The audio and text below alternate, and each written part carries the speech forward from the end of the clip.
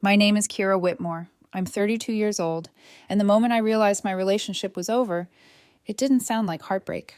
It sounded like silence. The kind that settles into a space after something has already ended, long before you're ready to admit it. 3 weeks ago, I came home from work and felt it immediately, before I even checked my phone. The apartment felt wrong.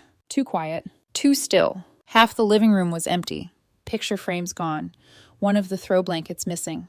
Small things, but enough to make it feel like someone had tried to erase themselves without making noise. My chest tightened, but I didn't panic. Not yet. I walked further inside, slower this time, like if I moved too quickly, something would break. Then I checked my phone. Tuesday, 4:47 p.m. I moved out.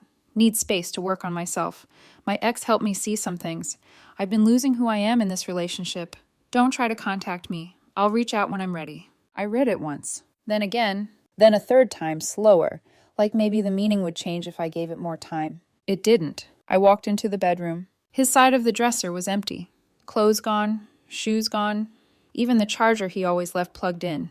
Gone. Clean. Like he had never been there. I called him. Straight to voicemail. I texted. Nothing. Called again. Still nothing. This is the moment your brain tries to protect you. Maybe it's a misunderstanding. Maybe he's overwhelmed. Maybe he'll call back in 5 minutes. That small thread of hope, it can keep you stuck. But I didn't have 5 minutes. I had reality. And the truth was, this didn't start today. For about 2 months before that, he had been different. Distant. Short answers. Conversations that used to flow easily now felt like I was pulling words out of him. He started therapy. I supported it. I told him I was proud of him for taking care of himself. But something else changed, too. He stopped talking about our wedding. Every time I brought it up, dates, deposits, guest list, he'd shut it down.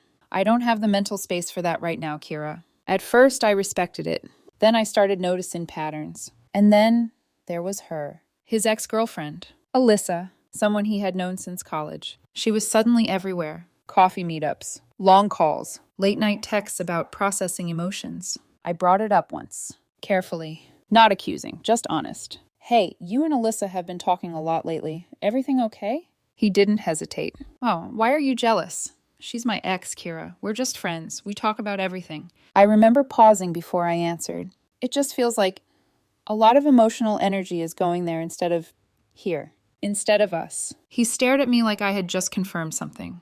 This is exactly what she said you'd do. I blinked. What?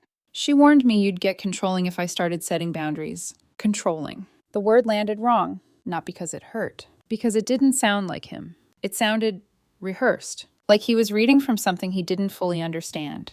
That was the moment something shifted. Not loudly, not dramatically, just quietly, like a crack forming under pressure. After his message, I didn't know what else to do, so I called his mom. She sounded confused. What do you mean he moved out? She asked. He didn't say anything to me. That told me everything I needed to know. Then I did the next obvious thing. I called Alyssa. She answered on the first ring, like she had been waiting. Hey, I said, keeping my voice steady.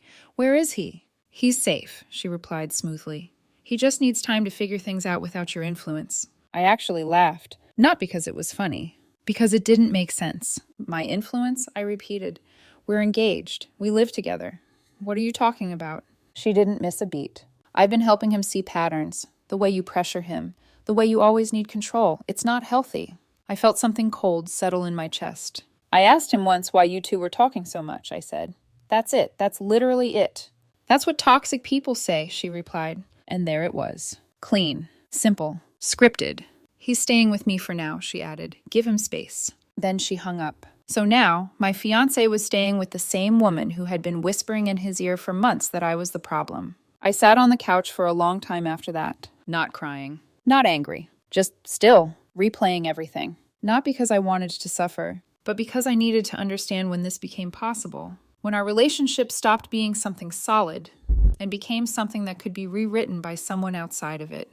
And then something clicked. He wanted space. Fine, he was going to get it. Completely. By 7 p.m., I had made a decision. Not emotional, not reactive, just clear. If he wanted a life without me in it, then I was going to show him exactly what that looked like. By 7 p.m., I had stopped waiting for an explanation. By 7:15, I had stopped checking my phone. And by 7:30, I started making calls. The first one was to a locksmith. My voice was calm when I gave my address, steady when I confirmed the service, almost detached when he told me the price. Can you come tonight? I can be there in an hour. Good. I hung up and stood in the middle of the living room, the same one that had felt hollow just hours earlier. It didn't feel hollow anymore. It felt transitional, like something was ending, but something else hadn't quite begun yet. By 9 p.m., the locks were changed. $280. I paid without hesitation. The second call was to my phone provider. We had a shared plan, one of those family bundles that made things cheaper if you stayed together. Funny how everything is cheaper when you're still a unit. I'd like to remove a line from my account, I said. They asked for verification. I gave it. Within minutes, his number was no longer tied to mine. No more shared bills. No more quiet, invisible connections. The third thing I did took a little longer. I sat down at my laptop, opened a spreadsheet. Our spreadsheet. I'm organized like that. Always have been. At first, I told myself it wasn't about revenge. It wasn't. It was about clarity. If he had decided, without discussion, without warning, that he was no longer part of this relationship, then I needed to understand what that actually meant. Financially. Realistically. For the past year, he had been working part-time, figuring things out. I had supported that. Encouraged it, even. I covered most of the rent. 70%. He paid 30%. Utilities? Mine. Groceries? Mostly mine. Streaming subscriptions, date nights, weekend trips, his car insurance, because his credit made the rates ridiculous. Even his therapy co-pays. I never kept score. Not out loud. But the numbers were there. Quiet. Waiting. So I added everything up, not to punish him. Just to see the truth. Line by line. Month by month. When I finished, I leaned back in my chair and stared at the total.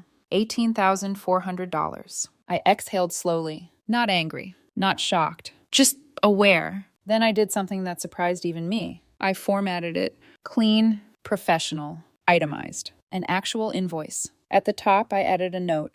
Since you believe you are better equipped to support his emotional and living needs, I'm sure you can also support the financial reality that comes with it.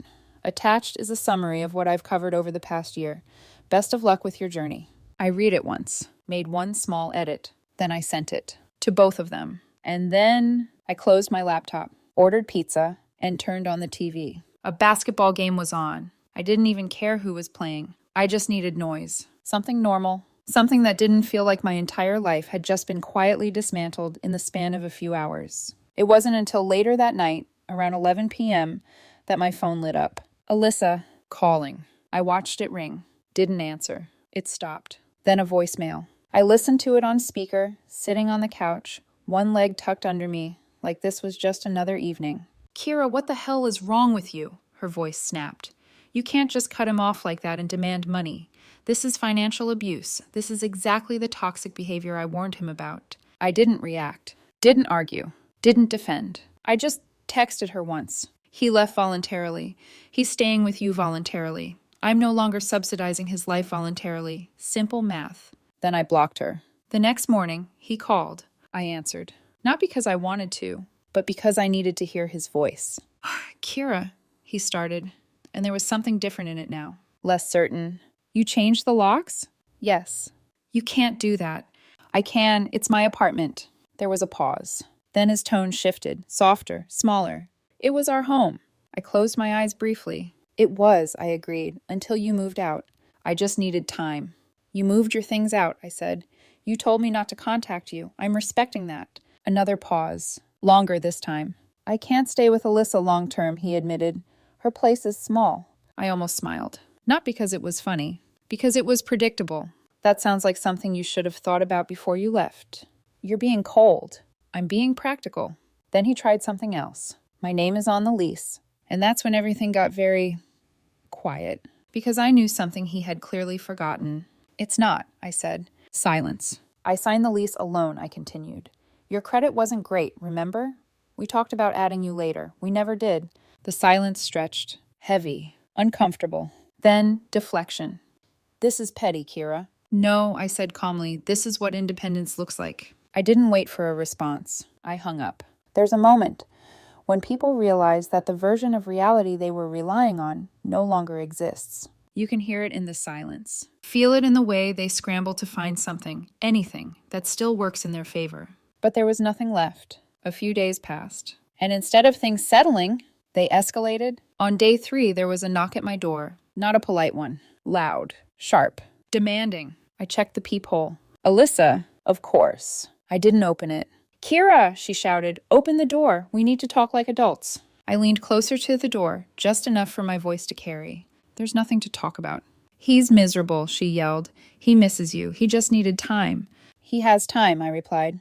That's what he asked for. You're being childish. I let out a small breath. Relationships take work, she continued. Compromise. I almost laughed. You're right, I said. I compromised for a year while supporting him financially.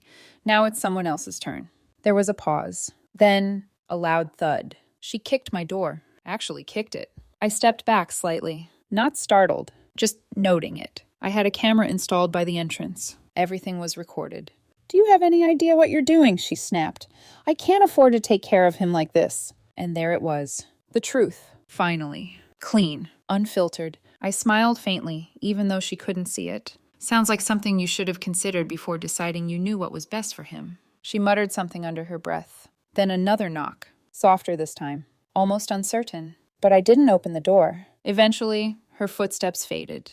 And just like that, the cracks in their version of reality started to show. By day 5, the messages started. Not from Alyssa. From him. At first, they came slowly. Careful. Measured.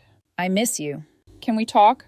I think I handled things badly. I read them. Didn't respond. Then more. Longer this time. More emotional. You were right. I should have communicated better. I was overwhelmed. I didn't mean to hurt you like this. And then, in the same thread, Alyssa said you'd probably react like this. She knows you really well. I stared at that message for a long time, because there it was again. That pattern. Apology, followed by justification. Responsibility, diluted by someone else's influence. I replied once. When you're ready to take full responsibility, without referencing her, without explaining yourself through her perspective, let me know. Until then, enjoy your space. Then I muted the conversation. Not blocked. Just quiet. On day 6, his mother called me. I hesitated when I saw her name. She had always been kind to me. Warm. The kind of woman who remembered small details and asked about them later. I answered. Kira, honey, what's going on? She asked gently. He said you locked him out. He moved out, I said calmly. He texted me not to contact him. I respected that. There was a pause. Then, softer, he said you sent some kind of bill? I sent an itemized breakdown of what I've been covering financially this past year. How much are we talking about? Just over $18,000. Silence, then a quiet exhale. Oh my God, I didn't say anything. Because there was nothing to add. I didn't realize you were covering that much, she admitted. Neither did he, I said. Another pause. Longer this time. And then her voice changed. Lower, more honest. Alyssa has been around a lot lately, she said carefully. I told him I didn't like it. I leaned back against the counter, listening. She's always been persuasive, she continued, and he's always been easily influenced. That explained more than I wanted it to. I told him she had feelings for him, she added quietly. He said I was overthinking. Of course he did.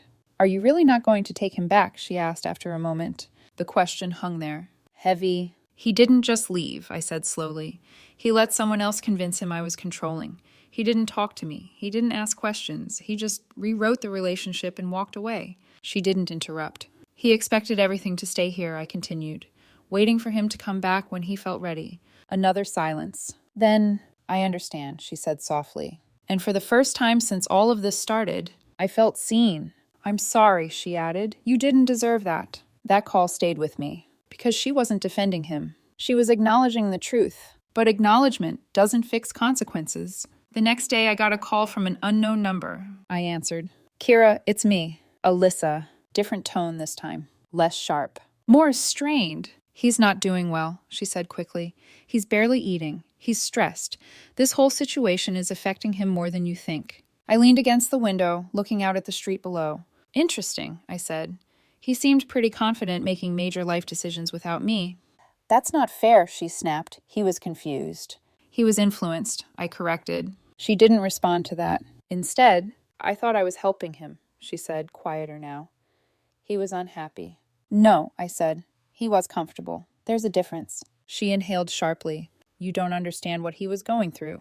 I closed my eyes briefly. I understand that you inserted yourself into a relationship that wasn't yours, and convinced him that leaving was growth. Silence. Then, I might have misjudged things, she admitted. There it was. The first crack. I thought he needed someone to show him he deserved more. And now, I asked? She hesitated, just for a second, but it was enough. He's a lot, she said finally. Emotionally, it's overwhelming. I let out a slow breath. Of course it was. He needs you, she added quickly. He's not the same without you. I almost laughed. Not out of cruelty, just clarity. He wasn't the same with me either, I said. That's why he left. You're really going to let him fall apart like this? That question again. Responsibility redirected. He made his choices, I said. So did you. There was a shift in her tone. More urgent now. Can you just talk to him? I'll step back. Completely. I tilted my head slightly. Interesting. So when you thought you had a place in his life, I said slowly, I was toxic. She didn't respond. But now that reality is inconvenient, I'm suddenly the solution again? That's not what I'm saying. It is, I cut in gently. You just don't like how it sounds out loud. Silence. Heavy, uncomfortable. He's not a project, I continued. You don't get to fix him and then hand him back when it's difficult.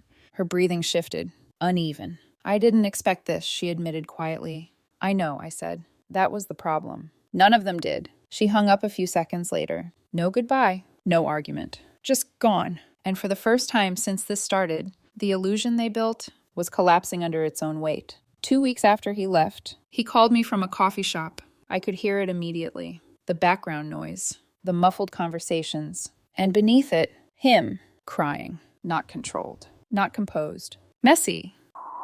Kira, his voice broke. I don't know what to do. I didn't say anything right away. Not out of cruelty, but because I needed to hear what came next, without interrupting it. She kicked me out, he said. That landed exactly how it sounded. Flat. Predictable. I leaned back in my chair. Really? She said I'm too much, he continued. Too emotional. Too draining. She can't handle it. I closed my eyes briefly. The irony wasn't subtle. The same person who told you I wasn't meeting your emotional needs can't handle your emotional needs? I know how it sounds, he whispered. Do you? I asked. There was a pause. Then the part he had been building toward. I don't have anywhere to go. Of course he didn't. My parents' house is full, he added quickly. My brother moved back in with his kids. There's no space. Silence stretched between us. Then, please, he said, I'm begging you. Just let me stay for a few weeks. I'll sleep on the couch. I won't get in your way. I just need time to figure things out. There it was. Not love, not regret. Need. Convenience. A fallback. I stared at the wall in front of me. The same wall I had sat in front of the night he left. Back when everything still felt uncertain. Now it didn't. Now it was clear. No, I said. He went quiet. Like he thought maybe he had misheard me. What? No, I repeated. You don't get to come back because your other option didn't work out. I made a mistake, he said quickly. You made a series of choices, I corrected. His breathing picked up. You're really going to do this? I'm not doing anything, I said calmly. I'm just not fixing it. I was confused. You were convinced, I said, by someone who told you I was the problem. And you believed her. I didn't know. You didn't ask. That stopped him. Completely. You didn't talk to me, I continued. You didn't question it. You didn't even hesitate. You packed your things, sent a message, and left. I thought I needed space. And now, I asked? He didn't answer. Because now, he needed something else. Something I wasn't willing to give anymore. You don't get to use me as a solution when your choices catch up with you, I said quietly. I'm sorry, he whispered. I know, I replied. And I meant it. But sorry doesn't undo actions. I can change, he added. Desperate now. I'll do whatever it takes. I exhaled slowly. Then start by figuring your life out without me. And before he could say anything else, I ended the call. I sat there for a long time afterward, phone still in my hand. Because saying no didn't feel good. Not immediately. There's a version of love that tells you to help anyway, to soften, to give one more chance. But there's another version, quieter, stronger. That reminds you what it cost the last time. Later that week, he showed up at my workplace. Not invited, not expected. Security called me from the front desk. There's someone here asking for you, they said. He says he knows you. I already knew. Is he causing a disturbance? Not yet. I paused. Then, he's my ex, I said. He's not authorized to be here. Please escort him out. There was a brief silence. And then, understood. I hung up and went back to my desk. I didn't look out the window. Didn't go downstairs. Didn't engage. because closure doesn't always come from conversation. Sometimes it comes from absence. That evening, when I got home, he was sitting on the steps outside my building. He looked different, tired, unshaven, smaller. I screwed up, he said as soon as he saw me. I didn't stop walking. No kidding. He stood up, following me a few steps. I really thought I was doing the right thing, he said.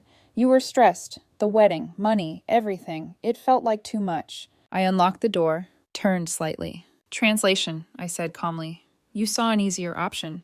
He didn't argue, didn't defend, just nodded. She's not what I thought, he admitted. I know, I said. She said she wanted someone stable, he added, but she couldn't handle real life either.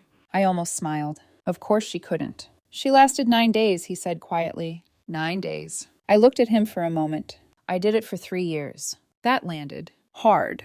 Because you loved me, he said. Exactly, I replied. You just wanted something new. He looked down, didn't deny it. Can you just give me another chance, he asked. There it was again. The cycle.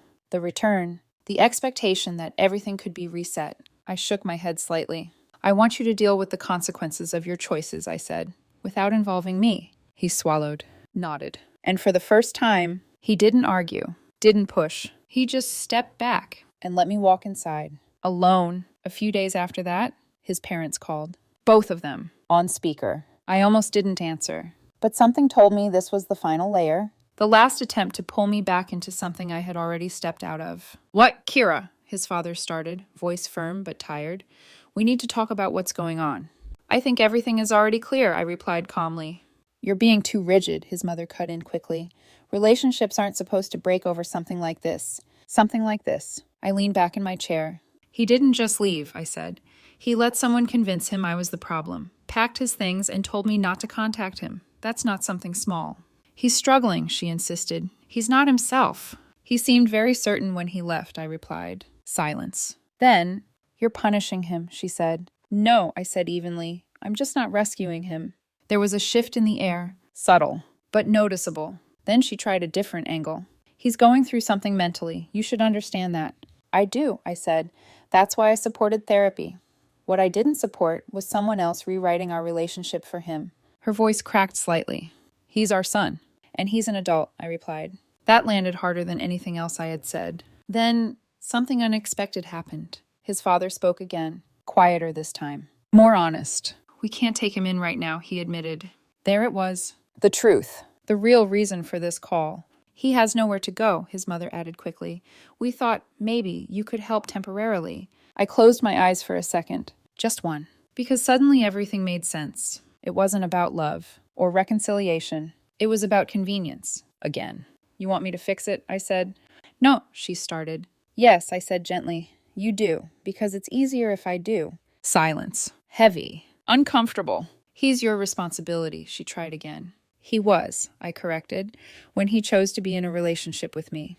That ended the conversation. Not with yelling, not with anger, just quiet finality. A few days later, he emailed me. Not a text, not a call. An actual email. Long, structured, different. I read it slowly, then again, then a third time. For the first time since all of this started, there were no excuses, no mention of Alyssa, no shifting blame, just accountability. He admitted he had been bored, that our life felt stable, and he mistook that for something being wrong, that he confused peace with stagnation. He admitted he liked the attention, the feeling of being seen by someone new, the illusion of being rescued from something that didn't need rescuing. And the part that stayed with me the most, you weren't controlling, you were consistent, and I didn't know how to value that. I sat with that sentence for a long time, because it was honest, painfully so. At the end, he asked one thing, not to get back together, not even to come back, just if he could stay in my spare room for 30 days. He offered to pay, said he'd stay out of my way, that he just needed somewhere stable to rebuild. I'll be honest, I considered it, not because I wanted him back. I didn't, but because part of me wondered if letting him stay would force him to see what he threw away. But another part of me, the quieter one, knew exactly what that would turn into. I would become the safety net again, the fallback, the place he returns to when everything else collapses. And that was the cycle. I talked to people I trusted, a friend, a coworker, even my therapist. They all said the same thing. If you let him back in, even temporarily, you reset everything. So I replied, I appreciate the honesty, truly. But no, you don't get to use my space as a transition point. You made your choices. Now you need to live with them. He called. I didn't answer. He texted. Please, Kira, I'm desperate. I stared at the message, then replied once. Then figure it out. That was 11 days ago. Here's what happened after. He stayed in a cheap motel for 3 nights. Couldn't afford it after that. A friend from college helped him find a basement room. No windows. Shared bathroom. $600 a month. Not ideal. But a roof. Alyssa? She moved back to her parents' house in another state. Left before things got worse. Before the consequences fully caught up to her, she blocked him. Everywhere. The person who convinced him to leave was the first to disappear when things became inconvenient. He got a full-time job at a call center. Hates it, but needs it. His parents eventually took him in, with conditions, chores, contributions, rules. At 32, he was back where he started. Meanwhile, my life got quieter. Better, I kept the apartment, got a promotion at work, started focusing on things that had nothing to do with managing someone else's emotions. I even started seeing someone new, nothing serious, but different. He has his own life, his own responsibilities. There's no imbalance, no quiet resentment, just ease. I don't hate my ex. I don't even think about him that much anymore. And when I do, I don't feel anger. I feel relief. Relief that I saw the truth before it became permanent, before marriage, before something harder to walk away from. A few days ago, I got one last message from an unknown number. It was him. I know I'm the last person you want to hear from. I just wanted to say, you were right about everything. I was selfish. I thought I was helping myself, but I was just destroying something good. I'm dealing with it now. I hope you're happy. I read it once, then blocked the number. No reply. Because not every apology needs an audience. And not every ending needs a response. The real closure isn't in what you say. It's in what you stop allowing. He wanted independence, freedom, a life without me. He got it. And so did I. And that was enough.